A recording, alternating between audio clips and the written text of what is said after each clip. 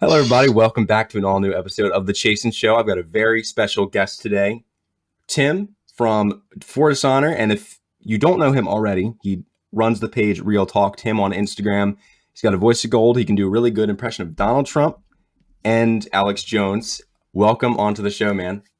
Hey, thank you so much for having me. I know we've been trying to link together for a long time, and for whatever reason, it hasn't been able to happen. But here we are. I'm super excited to be on, and depending on how the show goes, maybe I'll be able to have your listeners hear a little bit of the Trump and Jones. We'll reward them at the end to make sure they listen to the whole thing. Guys, if you don't listen to the end, you're going to be punished. You're not going to be able to listen to Alex Jones and Donald Trump speak.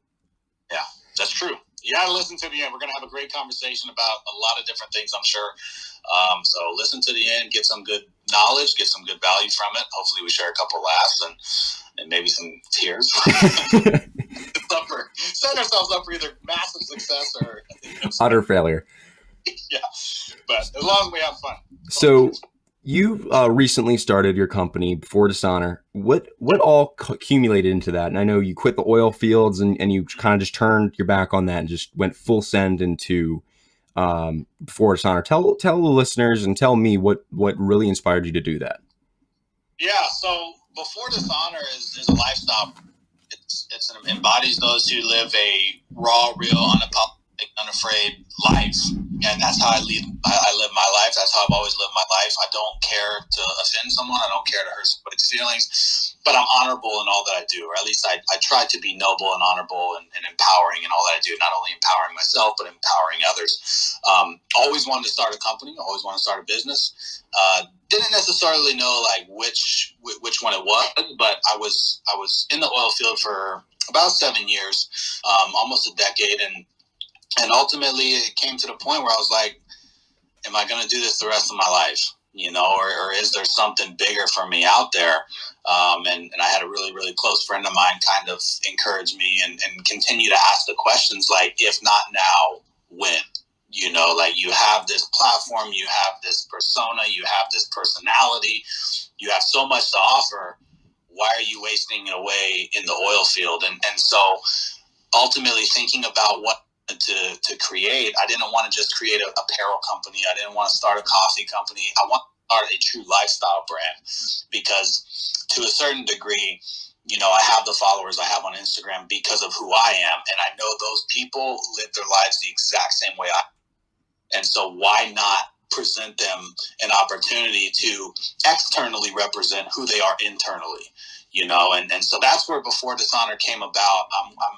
The name came about because I know that'll probably come up. And you're the first person I've told where the name came from. I feel honored.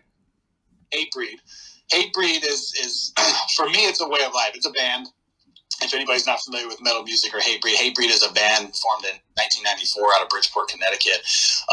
To me, they're a way of life. We call ourselves diehards. We always push ourselves past the boundaries that people set for us and never accept defeat.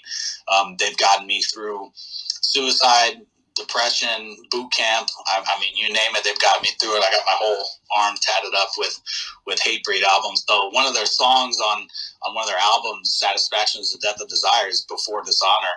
And this sounds funny, but I wanted to be like, there was a couple months where I wanted to be a mumble rapper. And I kept asking myself, like, how would I incorporate Hate Breed in that? And ultimately, when I started thinking about, like, what brand do I want to start, like a lifestyle brand, I knew I wanted to start a lifestyle brand. I was like, how do I pay homage to the people who you know, not made me this way, but influenced me to live my life the way I do. And so that's where the name comes from.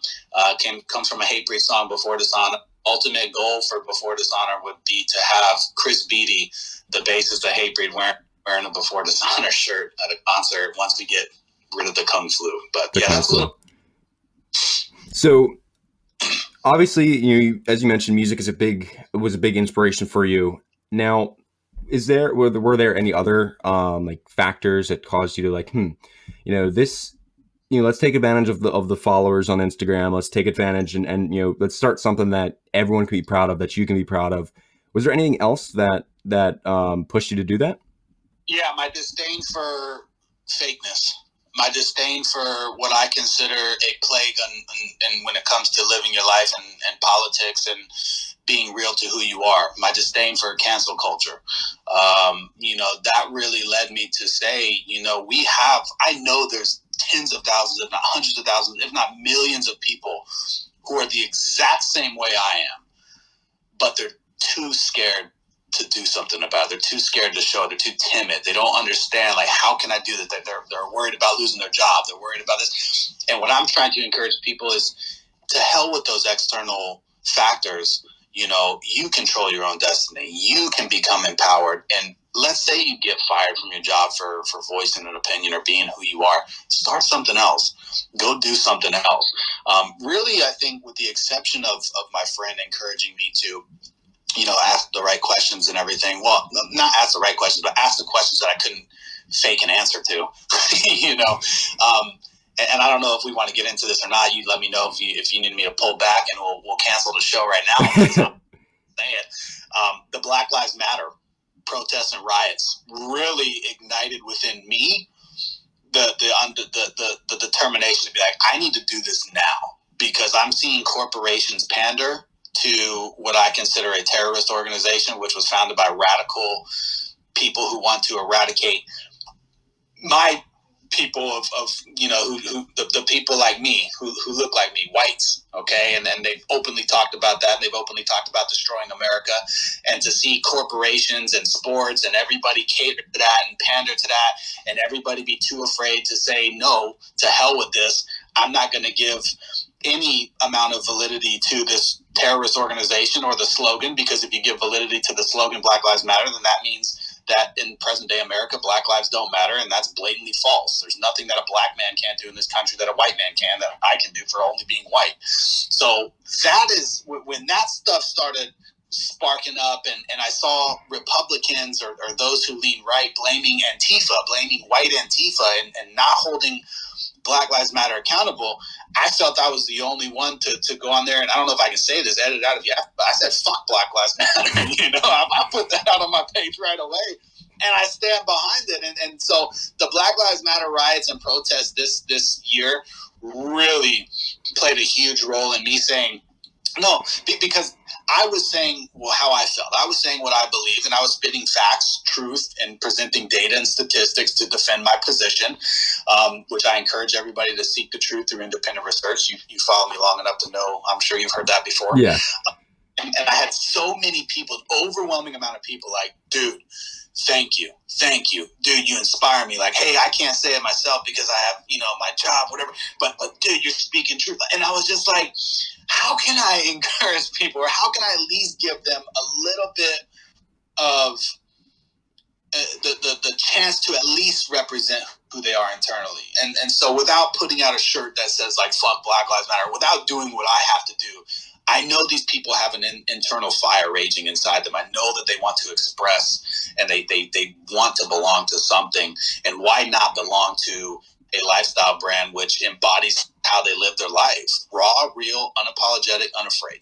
It's that simple. So with the exception of Hatebreed and my really close friend in asking the questions, those Black Lives Matter riots, they lit a fire in me, and they awakened a sleeping giant. I think with those protests, I think if, I hate the double standard that we have where, if you can go out and riot and protest, but you can't open up a business, you can't have more than 11 people for Thanksgiving.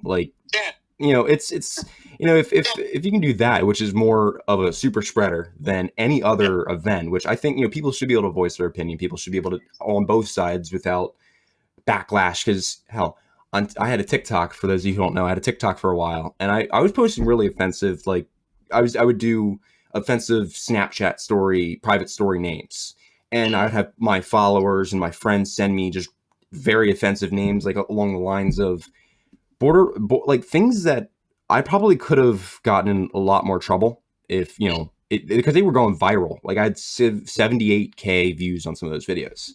Right. I had one video go viral where I was doing a dance to, it was a misandrist audio. It said basically kill all men, right? And I was making a joke, and I was in my living room.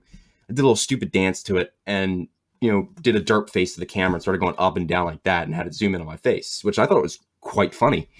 And it had about 400K views, and I eventually just deleted it's TikTok. I'm like, you know what? I can't deal with it, because I had people commenting.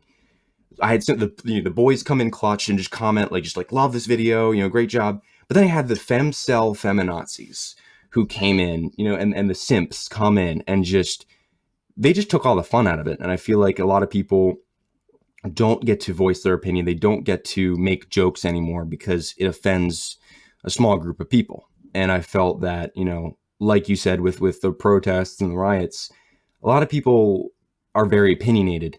And, a lot of people don't like to hear something that they find quote unquote offensive, or they find something that goes against their values. Right. And, you are an inspiration to a lot of people for speaking out and for actually saying things that people are quite afraid to say. Mm-hmm. And, that's why, I follow you. That's why a lot of people follow you, is because, you're unapologetic. Your Instagram stories are the best. You make fun of people all the time, and it's great. It's fun to see. And I feel like we need it as a society. We need to say, look, there are certain things that you probably shouldn't joke about, but most things shouldn't be off limits. My butt. What were you gonna say? Nothing should be off limits, and nothing is off limits. That's where you and I would disagree. Is where say what the fuck you want. You give validity to saying that jokes are off limits when you deleted the TikTok, when you deleted that video, right? That's what I'm trying to encourage people not to do. Who cares about the backlash? I had rappers with blue check marks on Blackout Tuesday. I put up a post on my Instagram, said, fuck your Blackout Tuesday. I lined out in the caption all of the statistics and data that prove that there's not a side of black men at the hands of police, and there's no systemic oppression and unconscious bias in this country. I had rappers sharing to their stories. I had producers in Atlanta sharing to their stories, encouraging blacks to come to my page and report my page and delete it. It was hell. I mean, the whole day. I stuck to my guns. I didn't. Eventually, Instagram removed it. As they remove everything. Yeah, I think it had I don't know how many hundreds of thousands of views that video had. And I got ratioed to the extreme, right? Majority of the comments were negative towards me, calling me racist, honky, whatever the fuck they want to say. But I don't care. So that's the thing, where some people would say, what happens a lot of times is when somebody starts getting backlash or somebody starts becoming uncomfortable, they lose sight of why they posted it or said something in the first place, right? And I'm not saying that people can't say shit that could be considered a mistake, that they could then later be like, hey, I probably shouldn't have said that, but that's fine, right? But what I see happening a lot of times is, in your case, I mean, you start getting ratioed, and it's hard. It is. You have to be a certain type of person to just not care what these people are saying. I mean, I got death threats. I had people tell me they were going to come skin me alive and burn my family alive in front Jesus. of me. Yeah, with how serious are those threats? I don't know. But with one of them, for instance, I had her information within literally 9 minutes, and I posted and tagged her, and I said, do you want to recant your threat? I do remember that. Remember that, yeah. And that really stopped a lot of it, because I think people realized, oh shit, this dude he's not just some idiot. I'm not. A lot of people misinterpret who I am because I do the voices and I joke a lot, and I'll call people, tell them they got the IQ of a butt plug or whatever. But I can defend my position. I'm extremely intelligent, and I'm not saying that in a braggadocious way. I just am. People misunderestimate me, and they misinterpret who I am. And so when I bring forth legitimacy like that, hey, you stated this. Now I have your information. Should I share it with the police? I mean, that chick lost her mind. She was scared shitless. And because I was going to send it to the police, and I was going to send it to everybody else. I mean, you're not going to sit there and threaten to burn me alive and burn my family, skin me and all this bullshit because I disagree with you in regards to putting a black square on your Instagram to end racism. So ultimately, with all that being said, what I'd like to conclude that with is we can say what we want. We can joke about what we want. There is nothing off limits, except if you limit yourself. And that's what I don't do. And that's why people follow me. And that's also why I probably will never be as big as some of these other pages or some of these other people or influencers or whatever the hell you want to call me, because people who like their 9-to-5s and people who like normalcy and comfortability, they get too uncomfortable with hearing what I have to say. But that's cool. I don't need them. I don't want them. I think that, to that point where people don't feel comfortable is because we've been told all our lives that, oh, there's these things that we can't control that have been happened in the past, but we get blamed for them. And I feel like a lot of people have been ingrained with that and said, oh, well, we're at fault for that, when, Yeah. they feel guilty for that. But like, that happened, slavery happened, it was outlawed 1864, right? I think.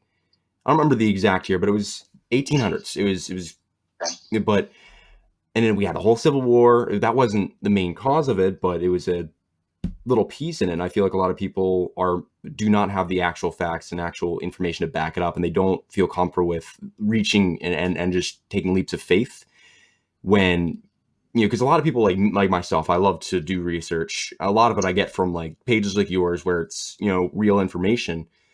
And, I think a lot of people don't do research. They are dumbed down on purpose because they don't want to find something that's uncomfortable to them.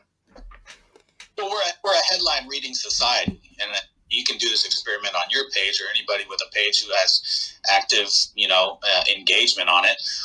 Post a headline and see what people say without even reading the article. I mean, they'll comment on it and they'll accept the headline as fact. And the media, not just the left wing, the media in general, entertainment industry and the media thrive off of headlines. But we as a society, being a headline reading society, fail to read the actual article. Therefore, we have no idea what in the world we're commenting on unless you spend the time to go read the article. I can post something with a source in the caption and a source swipe up in my story, and I still have people asking me for the source. I still have people not deciding to read that. So, we're a headline reading society, and that is what's dumbed us down. But to the point of slavery, at least, I mean, the biggest thing that ask people is which country besides America fought a war prior to America fighting a war, even if it was just a small piece of the Civil War. Which country prior to America decided to outlaw slavery and fight a war over it? Not many. Okay, so a country not even 100 years old in its infancy, because we're still considered infants if you look at comparison to a country like Germany, for instance, a country that wasn't even 100 years old decided to end something and spark a global movement that then ended it on the mainstream scale. And the only places that we still have slavery existing is the Middle East and certain countries in Africa. So if we really want to dive down that rabbit hole, people don't want to say that they sold themselves into slavery, but I hate to break it to you, there were certain African tribes which conquered other African tribes and then sold them into slavery.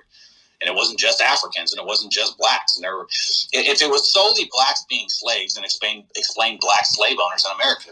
I'm not saying that, blacks weren't slaves. I'm saying if it was solely due to the color of your skin and blacks were enslaved, then explain black slave owners, because there's historical proof and data that there was black slave owners. Now, if we reparations to the tune of $13 trillion, are those black slave owner ancestors, are they responsible, and their descendants, are they now responsible just as much as I'm assuming only the white taxpayers are? Or are they entitled to reparations because of the color of their skin? That's the whole illogical argument when it comes to reparations and slavery is that slavery was a skin color thing. It had nothing to do with skin color. It didn't. I'm really sorry to say that to the social justice warriors and the people who believe in unconscious bias and systemic racism, which are boogeyman arguments, but that's the type of arguments they need to continue their myth oppression, because they can't put forth any legitimate answer to what they can't do in this country in 2020 that I can do just simply for being white and a man at that. So slavery had nothing to do with color of the skin. It didn't. And does that mean that there's not tribal instincts within humanity? No, of course not. We're built the way humans are built with culture and tribe. We have a tribal caveman mentality. We tend to agree or be able to understand people who resemble us, people who are similar to us. So yes, we look at skin color. Everybody looks at skin color. If you tell me you don't look at skin color, you're lying or you're blind. Okay, because if I look at someone and that's a black man, and a black man looks at me, that's a white man. I'm not saying we live our life based off that. I'm not saying that we, automatically cut them off because of color of skin. Some people do. They're called extremists on both, on all races. But there's nothing wrong with us encouraging the tribal mentality that we have, right? And that's where I think a lot of people start losing sight of common sense. Like, it's not bad if whites want to be around other whites. The same as, and where I'm going with this is diversity and the push for diversity, but there's only a push for diversity in ethno-European countries. You look at Europe and you look at Canada and you look at America, and we're being told that diversity is our strength, but I don't see them encouraging diversity in China. I don't see them encouraging diversity in India. I don't see them encouraging diversity in Japan. So if diversity is our strength, why is it only white majority nations that are considered racist for having the majority race? Yeah, I think a lot of people, when they are like people like to read into things way too much, and they take way too much meaning from like an article, and they automatically make assumptions. As my dad always says, if you assume, makes an ass out of you and me. And I feel like people need to stop assuming. People need to actually step outside, and because we've got probably one of the most diverse countries in the world, and one of the greatest places to be an American, or be any person of any race, of any creed, of any background. And I feel like people don't want to see that, because they're just, again, following the mob mentality of, oh, this place is horrible. And when people are told to leave, they use the argument, oh, well, you're for immigration if you say that person's Republican. And people like to make assumptions about people, and that is something that is very dangerous in today's society. And where I'm going with this is going back to your point that you need to be your own person. You need to be able to speak up.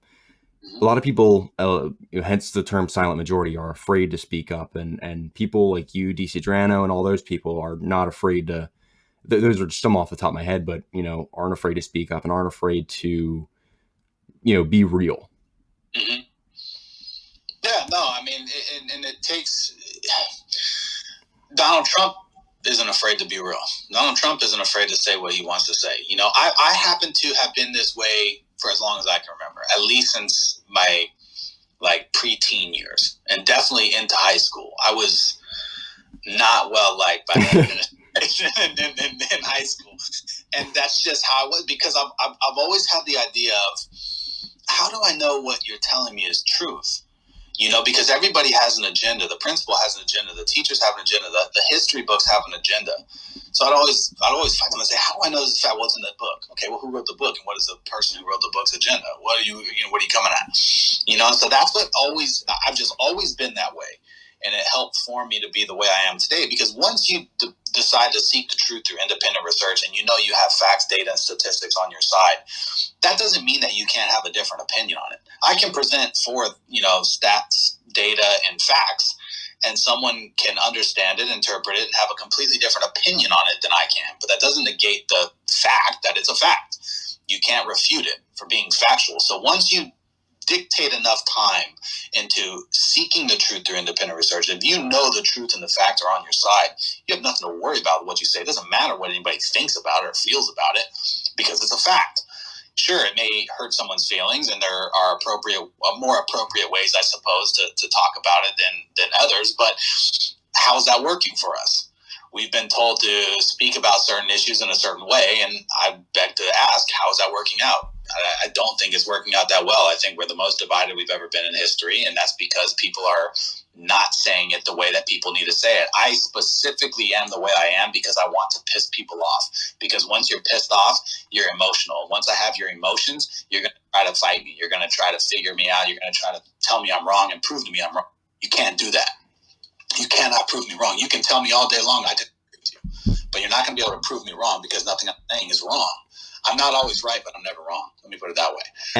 And when you are, I notice, you always will take down a post if you find a dissenting opinion and something that disproves that claim. You always take responsibility, and I feel like people nowadays need that. If you're wrong, and a lot of people don't like to be wrong, me included, a lot of people will fight it to the end, even if they know they're wrong. And I feel like accountability is a big issue that we have in this country, where people don't want to take responsibility for their actions, for stupid shit they say, whether it be offensive to someone, whether say I made a really bad joke in a group chat with a bunch of my buddies, and one person took severe offense to that and actually took it out of context. They photoshopped the actual chat, and made it sound like I was being insensitive and very, very offensive. They said that I had used the N-word when I had never used. I will never use that. It's a word that I try to kind of stay away from. I mean, I think other words like that. I think you're gonna have some high ratings. I hope. Oh yeah, I hope so. Character now to be on your show because I think Apple's is gonna remove. I mean, we want to go that road. Everybody knows where I stand and follows me. Yeah, and I feel like people, a lot of people don't like the opinions that I have. I on Snapchat, I got pissed off because there's a post, whether it was fake or not, it was something along the lines of, and I think you might have posted this at one point, but it was a Facebook post that someone said they're going to go to white neighborhoods and start killing families and, killing grandparents and all that stuff. And I had taken a screenshot of it and I put it on my story and I said, like, look, if you're okay with this and you're part of the problem, I went on a whole rant. And this was like right after the George Floyd incident and all that. But I flat out told people to block me. And I had like 10 or 15 people like block me. And I'm like, good, like, I don't need your energy. If you don't like my opinion and if you can't respect that, like oh God, I can't tell you how many people on Snapchat, I sit through their stories. Oh, fuck Trump, fuck this, fuck that. I'm like, I'm not going to block you because of that opinion. It's cool you have that opinion. We're friends. Like, I'm not going to, hate you for your opinion. Like you're not going to hopefully hate me for my opinion. And I feel like I try to kind of steer away from politics, especially on like social media, because, it's just not worth the argument with a lot of people. Like, I remember one time there was a kid who I'd known fairly well, and I posted something on my story political, and it went against his argument, and he came to me with like almost an essay of why I'm wrong, why I'm racist, why I'm this, that, and the other. And I'm like, look, bud, like, here are the facts that I have. Here are my stats. Like, you can disagree with it. That's okay. I don't care. And he ended up blocking me, which I'm like, if you're not going to like respect me as a human or as another person. Write an essay to you just put K.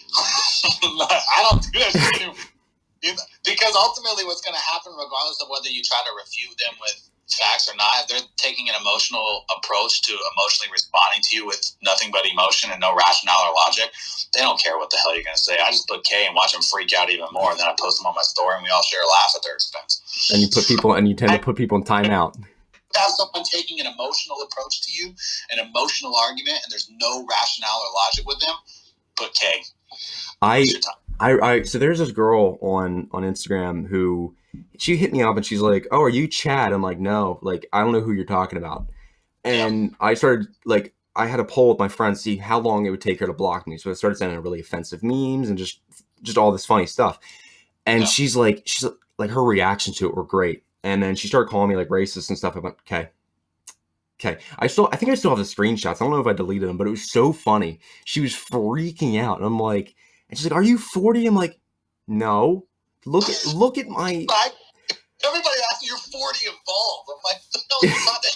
Yeah, I know. It's not a lot of hair anymore. It's balding. Right? That's a verb, I think. Balding. I don't know what that is. I don't know. It's ing. But it's happening, right? It's balding, but I'm not bald.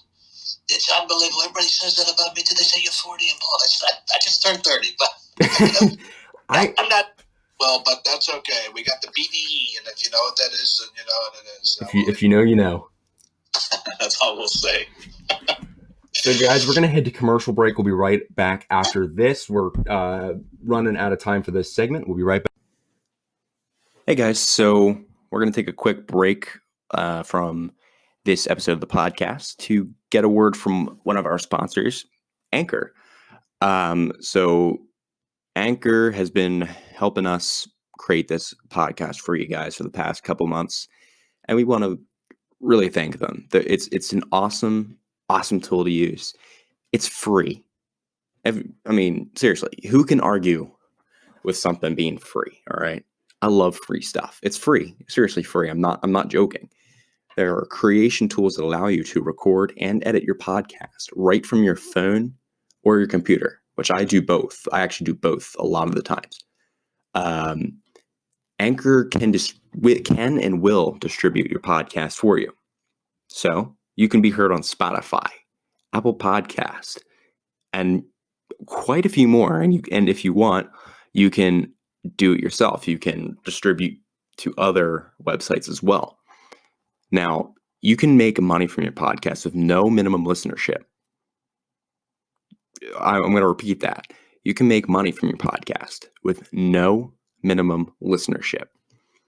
And it's really everything you need to make a podcast in one place. You got, editing tools, you got, background music, you've got, you can get voice messages from your listeners, and it's great. It's a great thing. It's a great tool. So make sure you go download that free Anchor app or go to anchor.fm to get started. Now let's get right back into the show. The Quit Bitchin' Coalition is a lifestyle brand for those who live their life on their own terms. Mavericks that don't quit, don't give in, ever. They are more than a clothing brand. They strive to help people in all facets of life. They believe in the saying, quote, do good while doing good, end quote. The Quit Bitching Coalition seeks to motivate people while providing badass, fashionable apparel. And as they like to say, fashion with an attitude, we are made for Mavericks. Guys, please head over to their website. It is www.quitbitchingcoalition.com. Use code PRESSBOX for 10% off your entire order on the website. So go on over and check them out and support their business. Thank you, and enjoy the rest of the show. Hey guys, so before we get into this episode, I would like to give a quick shout out to one of our sponsors, NIST, K-N-I-S-T. They are an awesome slingshot company that I've been partnered with for quite some time, and they have opened up shop on their updated website at knist.online. I'm pretty sure you all know how to spell online, so I'm not going to spell that. So they sell slingshots, steel balls, and band sets. They just came out with a new slingshot called the Maverick. The original slingshot, the original NIST slingshot, is about $6.99 on their website. And they've got the band sets for $4.99. And they've also got a pack of steel balls for $8.99. So please go check them out. They're a great company, and they have some amazing slingshots. So take my word for it and go check them out.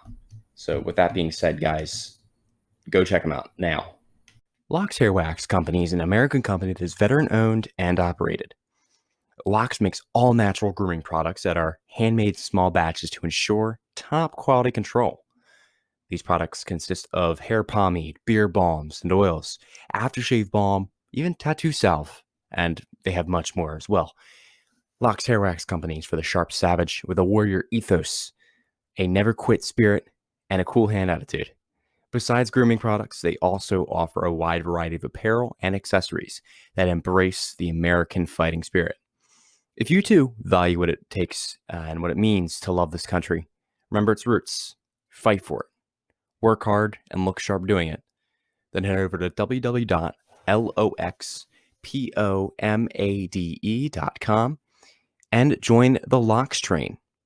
Also, if you use code PRESSBOX10 at the end of your order, then you will save 10% off your entire order. Stay sharp and stay savage. What's up, everybody? Sorry, I kind of botched it on that one.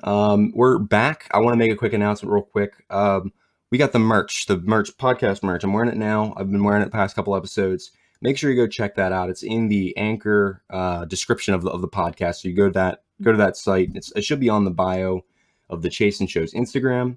But with that, guys, let's get right into the episode after the word from our sponsor. So we're back. We had a great conversation that we forgot we were recording during commercial break. Probably for the best, though, to be honest, if we don't want to get canned. I think the people could have heard it. They'd have benefited from it. Hopefully. So we were talking about, how people like cancel culture, and cancel culture is a big issue in today's society because people they don't want to see the truth. And going back to that TikTok, right? I had, prior to that, I had made videos called, offensive private story names. I was making jokes like Jeffrey Epstein's Polar Express, JFK's mind-blowing tips, Adolf's cooking class, and just awful shit like that. Like Ray Rice's was it Ray Rice's elevator smackdown or something like that. And that one hit home because I am from the Maryland area, so he's former Ravens player. But people didn't see those videos, but yet they saw the one that wasn't even offensive, and at least to me and a lot of other people, like I had a lot of girls like commenting like it's not funny, but it's not offensive. So these like feminists need to stop with huge quotations, feminists, because they're not feminists. They're men hating mongrels, as I like to call them, femcells. And when I yeah, so I'm gonna get off that topic, but you've had your fair share of people coming after you, and you talk about this all the time. How do you deal with that? How does one like just prepare for that? Well, you don't care. You don't validity to somebody else's opinion of you. It's a great Les Brown quote. Don't ever let someone else's opinion of you become your reality. So that's a great thing to remember. But additionally, you have fun with it. As aforementioned, if you have the facts, data, and statistics to definitively prove your position, it doesn't matter if the opinion is different. It's ultimately how are they approaching me. So if somebody approaches me and wants to have a legitimate conversation, I've had extremely deep, intelligent, emotional conversations with people. And we conversed for hours in some instances. 9 times out of 10, that doesn't happen. If you approach me emotionally and you approach me with derogatory statements or comments, I'm just going to have fun with your ass. That's the easiest way to deal with people. You have fun with it and you don't give validity to their opinion because it doesn't matter. What's the difference? Why would you give validity to, we do that as a society. We care so much about other people, their approval of us. And we want to be liked by everyone, but we don't even like everyone. So why? Once you come to that realization and you realize, specifically on the internet, nothing this person says matters to me in any way, shape, or form. And the fact that what you're saying matters to them already is giving you the higher ground and the higher position on life because, they're giving a significant importance to you more so than you are to them. So don't care about what they say and have fun with it. Sure, it feels good to get love and it feels good to get support, and it's human nature to feel bad when we're getting hate and everything else. But the easiest way to deal with it is just have fun with it. Like I have a natural ability to smoke the shit out of someone if I'm really on my game and my level, and depending upon what they say, depends the level of response that they're going to get from me. But I just always have fun. If I'm laughing when I'm like, people think I'm getting mad because I speak very seriously. And I'm very animated, especially my stories. Like I move my hands a lot. That's just how I am. I'm not mad. Like when I'm roasting someone or I'm just hammering the shit out of someone, I'm having fun with it. Like I'm laughing, and then I drop it. I give them their attention. The greatest analogy is when I first started my page, I would tell everybody this. It's like the book if you give a mouse a cookie. If you've ever read the book, if you give a mouse a cookie, basically the premise is if you give a mouse a cookie, he's going to ask for a glass of milk. If you give it a glass of milk, he's going to ask for you to heat it up. If you heat it up, he's going to ask you to tuck him in. If you tuck him in, he's going to ask to read a bedtime story. So it's a never-ending process. Feed the little mouse that cookie. This is what I tell people to do with haters and everything else. Feed that little mouse that cookie and then make them starve and die of thirst because you don't give them that glass of milk. And you'll see it. It's hilarious. Like, I have people where I'll give them that crumb. I'll give them a crumb and they lose their mind all day. I mean, I've had someone spend an entire day on my page commenting as soon as somebody else would comment or as soon as I would post something new. For 16 hours straight, this person legitimately invested nonstop attention and time to my page. I mean, if that doesn't make you just laugh and realize that these people have no life and they have no meaning in your life and you're probably never going to meet them and they don't matter to you, then what they say doesn't matter. And you can have as much fun as you want. And you can as you want. And you do love sending people to timeout. What is your favorite so obviously you said your favorite feature is timeout. What is your favorite type of comment that you get? Either nasty comment, I should say. What's your kind of favorite nasty comment to get? It's one that is like it's hard to pinpoint because I've gotten so much of them, but one that is easily refutable with just a burning roast. Like they open the door for me to know intellectually something that I can just hammer the shit out of them with. And it's a rare occasion, you know, but there's those certain comments where they say something that's either out of line or it's swapped, or you just know it's like statistically wrong, and you just hit them with. So for instance, this one time I was talking about Black Lives Matter and the statistics of whites dying at the police, but yet more blacks and Hispanics interact with police. And then why do they interact with police more? Well, because blacks commit 52% of the violent crime in America. So if you commit more crimes, you're going to interact with the cops. Why? Because who do police interact with? Criminals.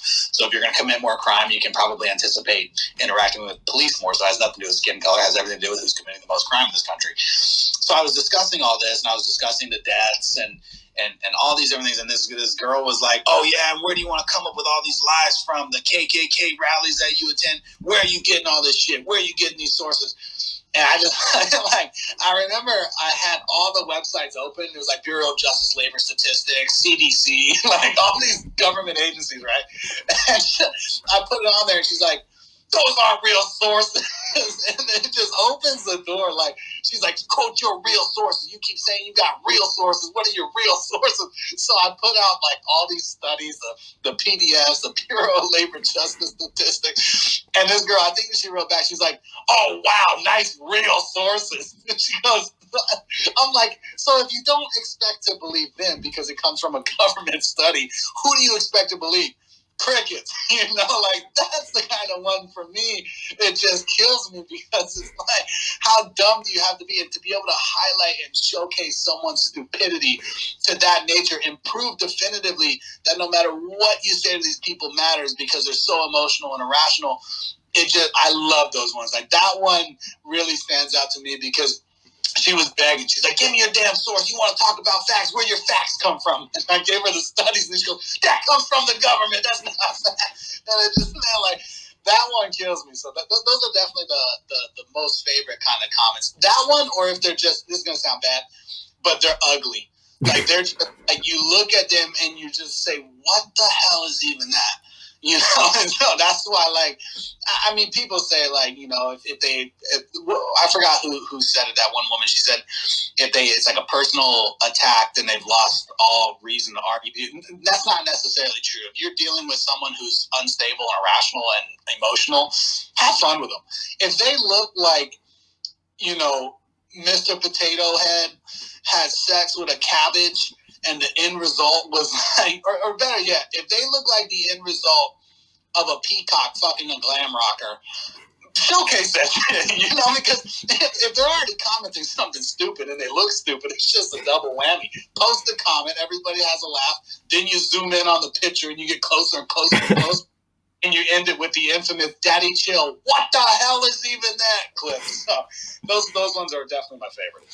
And I'm assuming you get those on a daily basis. And yeah. Like, how messed up do you think someone has to be to actually go out of their way to, you know, comment on your post? And you know, as you said in the one, my favorite clip of you saying that you love the timeout feature and that you sent, they're just talking to themselves. How like deranged does a person have to be to sit on someone's page for hours on end commenting when they're not getting any response? Like, that's going to take a special kind of person. Well, I mean, it really depends because, you know, I'd have to know their age and a lot of different things about them. I mean, and ultimately not knowing that, I can't really dictate how deranged they are. We have given as a society a significant level of importance to social media and the like buttons and the comments and reciprocating viewpoints and people conversing with one another on social media and proving ourselves and our positions to complete strangers. We've given an extreme level of significance to that. The overwhelming majority of people would agree. They'd say, you know, if you blindly ask them without them having to admit publicly that they give a significant importance to how many likes they get or how many comments they get and how many people are talking to them and do they agree with them or disagree with them, 90-some% would probably say, yeah, that's really important to me. You know, and it's important in the real life as well, but it's easier easier accessibility on social media. So I don't think they're deranged. I think that they are indoctrinated, and they're indoctrinated into what they've been told is significant and what really matters. And ultimately, nothing I put on Instagram matters. Nothing I say really matters to a certain degree, right? Like if I'm putting out legitimate facts and truth and statistics, that matters.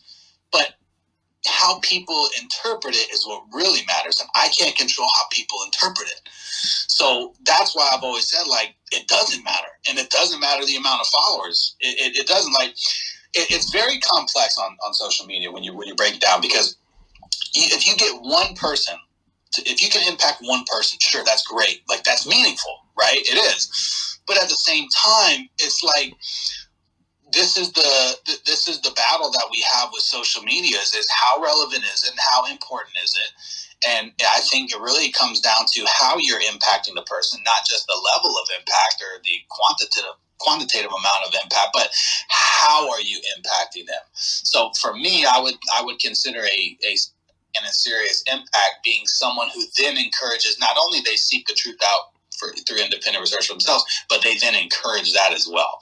Because ultimately that encourages what? Self-accountability and self-responsibility and personal responsibility and accountability. And that's what we're lacking in this country. I know you've talked on that a little bit earlier in the show, and I've been saying that since the riots broke out. You know, it's like we have a complete lack of public or personal accountability and responsibility. So those types of impacts are important, but to the degree in which you arguing with someone on their Instagram page is important, is ultimately not. And you know, you've always stressed a lot while on your page, you know, just being, you know, again, and also goes along with the 1,000 times I mentioned this, being yourself and just like not giving a flying fuck when you're talking to some of these people and you're having a good conversation. Do you tend to like just actually? Well, I know you do, but I'm trying to find a good term for it. But like, do you end up fucking with them, or do you just like actually care about the conversation? If that makes sense. Which type of conversation? So, like a legitimate one? Like a legitimate one. If someone were to comment on a story or something and just from there. And so they want to have a legitimate, rational, logical conversation with me. Yeah. Well, of course I care about that. That's important. If we don't come to an agreement, which 9 times out of 10 we don't, it's extremely important for me to have a legitimate, rational conversation, because the reason I'm telling the whole issue that I'm explaining to people and showcasing to people is these people are irrational and illogical and they think nothing but emotionally. So if someone comes to me from the other perspective and they say, I want to have a logical, rational conversation with you, well, then if I tell them no, or if I put them on my story and call them, you know, names or whatever, and not actually engage with them, I'm then completely and entirely disproving my narrative. I'm not standing behind what I'm stating. So if someone wants to come to me that has a different perspective than me and says, look, I legitimately want to have a rational, logical conversation with you, I do care enough to have those conversations with them. Now, do they always remain logical and rational? No, they don't. You know, I had one person tell me that, and within 5 minutes he was talking about how blacks were tigers in cages, and the whites were poking their eyes for hundreds of years, and now the tiger's loose and the white people want to kill the tiger. And I'm like, the fuck are you talking about, bro? You know, and that stemmed from a question which I asked him was, have you ever been a slave?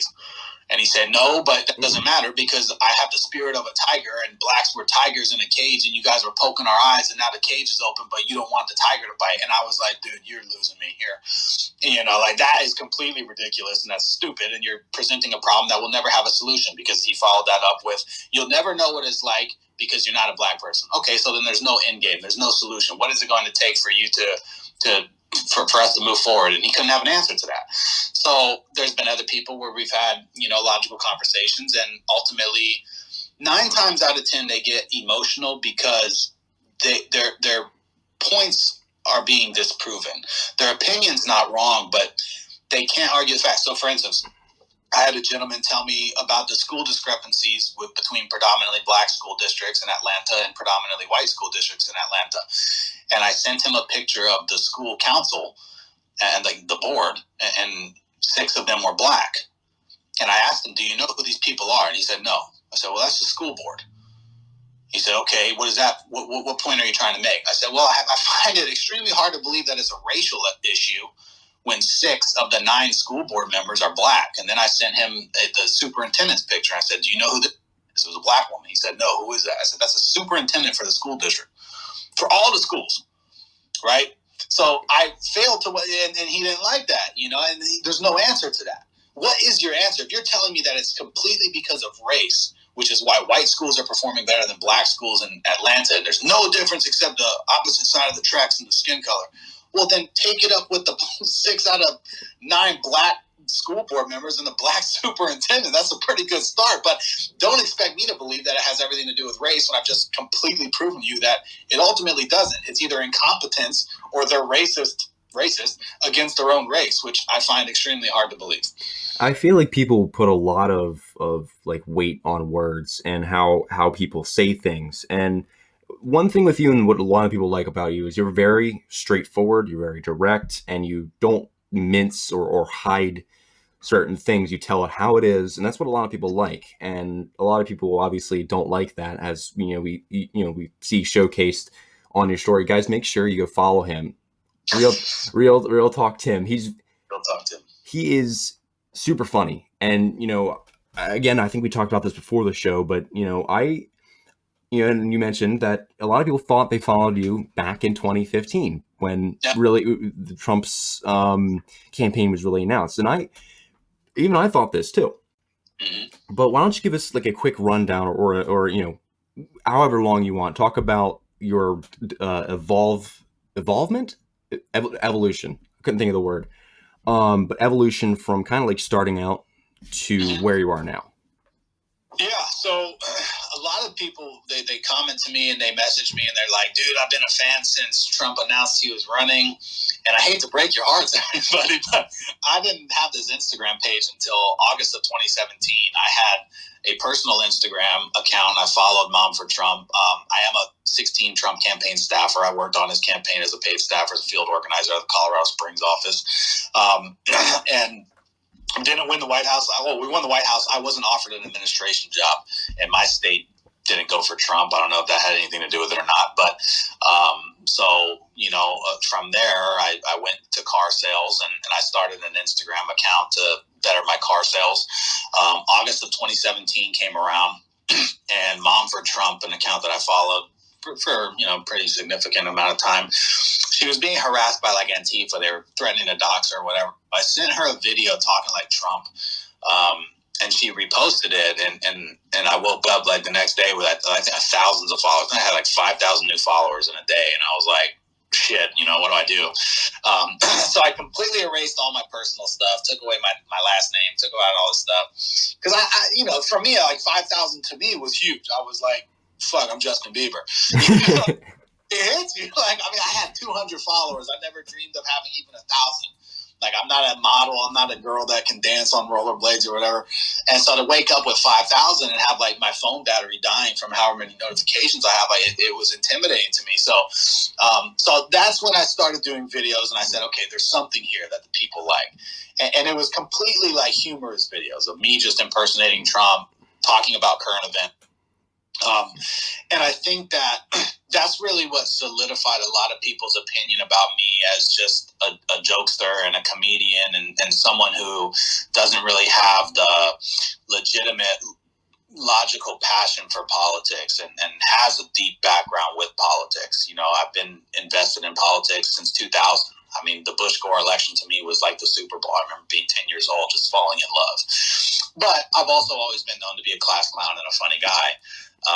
So I started doing that, and then I got a little bit tired of the Trump voice, and ultimately had some financial issues. And so March of 2018, I disabled the account for about 6 months and then restarted it again. And I don't remember where I went from there, but I disabled it again for about 6 months. So I've only been doing the page for about two total years. It's been up since August 2017.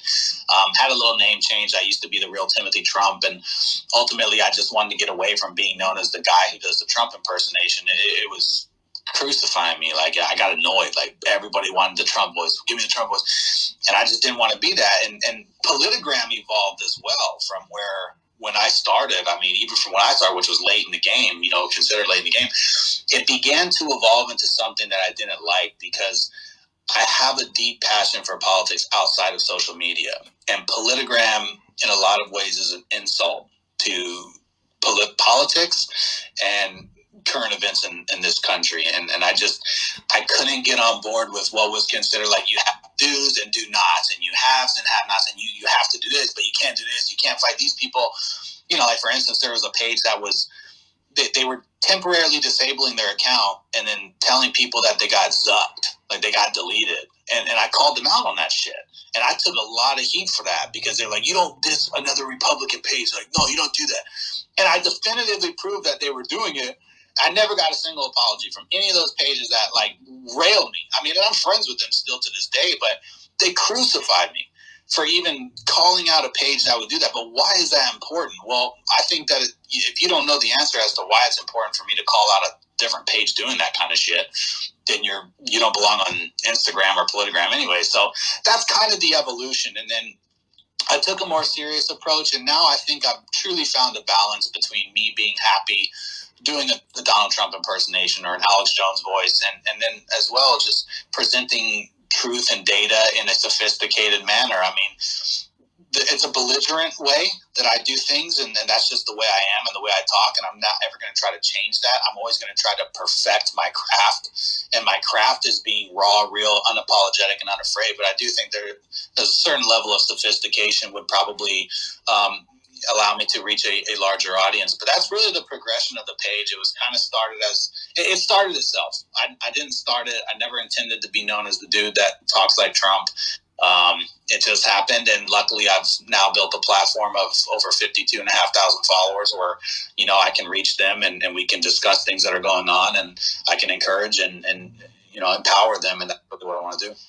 And so, speaking about doing the Trump and Alex Jones voice, you were featured in Libtard game. Can you? And I don't know all too much about it. So can you give everyone like a rundown of what it is and what it's going to do in the future? Yeah, Libtard game. It's a game. I believe that you can get on the cell phone. It's like I forgot. I think Steam. Steam is where you're going to be able to get it from.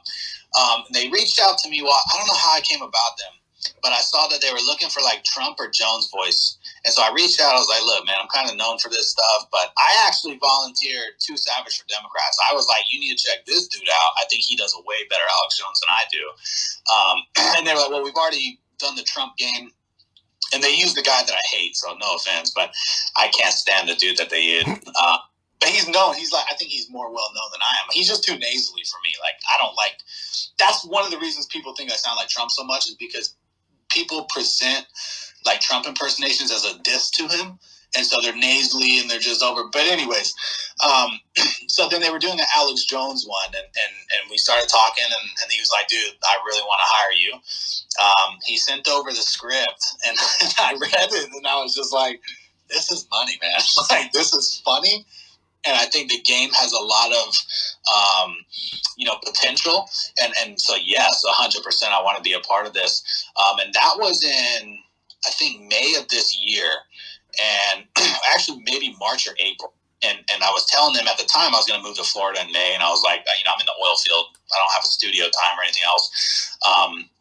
But then ultimately, when I moved out here to Dallas Fort Worth, a very, very good friend of mine who has a show herself, she was able to get me into the studio to do the voice work. But really what it came down to is reading that script and knowing that people appreciate the voice, but people will also enjoy the game.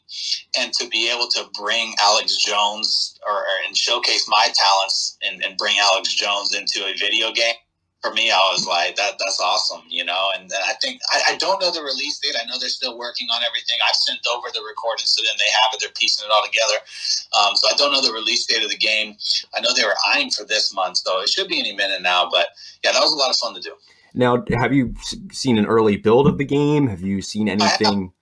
Yeah. So and they have it on theirs as well. If you go to @LibTardGame or @WiseMonkeyLimited, they have different like clips. You can see Alex with the how that he's animated and a couple of the bosses and stuff like that. But yeah, I've seen snippets of the game, and like I said, like when I read the script and then I saw the bosses and the people that you're fighting and everything, it's perfect. I mean, it's super, super cool. It's super fun.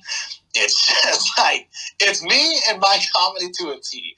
You know, it's like if you appreciate Alex Jones, and if you can appreciate what Alex Jones says and how animated he is and what type of character he is, you will fall in love with playing him as far as the lip talk game goes. And I think, you know, a lot of people, they see him as a crazy person, but you know, when someone actually does their research, they see a lot of the stuff he says is a little out there, but a lot of it can be proven and a lot of it can be factual. Like as you saw on the Joe Rogan podcast, the Joe Rogan Experience, you know, he's a very animated person. He loves to yell. He loves to you know, go a million miles an hour, and you know, a lot of people aren't able to slow that down. It's like, okay, so here's what he's saying.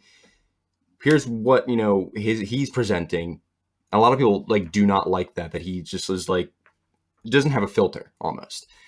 And I think that, you know, and then other people really appreciate that he just doesn't know when to stop, and he's just free flowing. And to that point, you know, going back to the Trump voice, you had a YouTube channel for a little bit, if I'm not mistaken, and you were going to do like a talk show, I believe, if I'm correct. Whatever happened with that? Because I know I think you posted maybe one video and then it just disappeared. Yeah, even do that. So I have, it's funny because I'm looking at the glass sign that a guy in Europe made for me that lights up with real Timothy Trump on it, which I used to have on my desk when I was like recording. And it never went to YouTube. I started doing a little more serious type of talk, like 1 minute long videos, because this was before IGTV. I started, you know, doing like a quick 1 minute discussion of a current event or what was hot in the news that day. But ultimately what happened with that was I stopped the page and I went back to the oil field. And you know, from March 2018 until September of this year, I was in the oil field working 7 days a week, you know, 12 to 16 hours a day. So I never had the time to dedicate to the show. I still want to start my own show.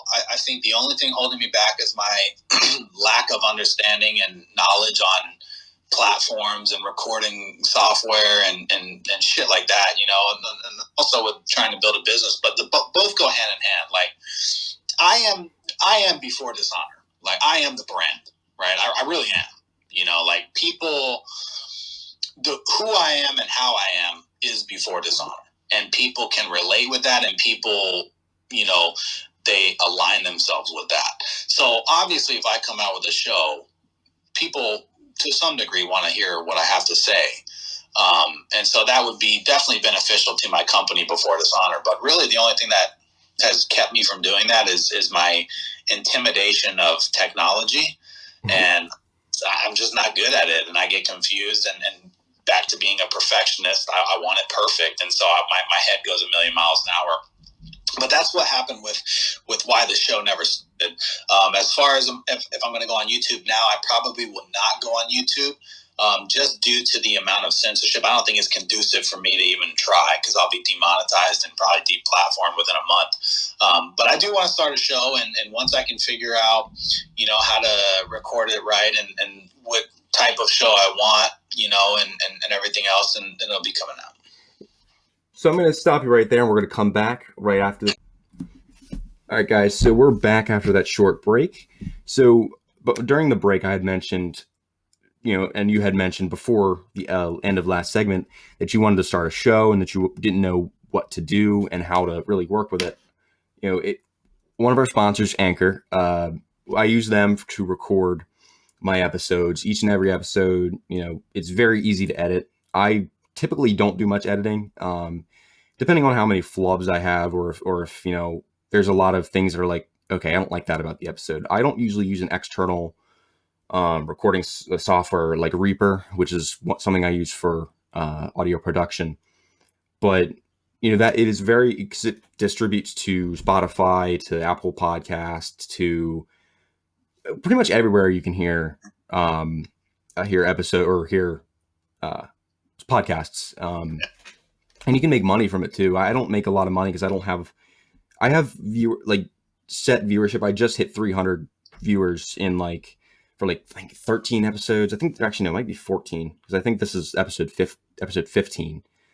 But you earn money for sponsorships. I go out on my own and get sponsorships and try to have more promotion, because the best way when you're recording and making videos, because I also do have a YouTube, very cringeworthy.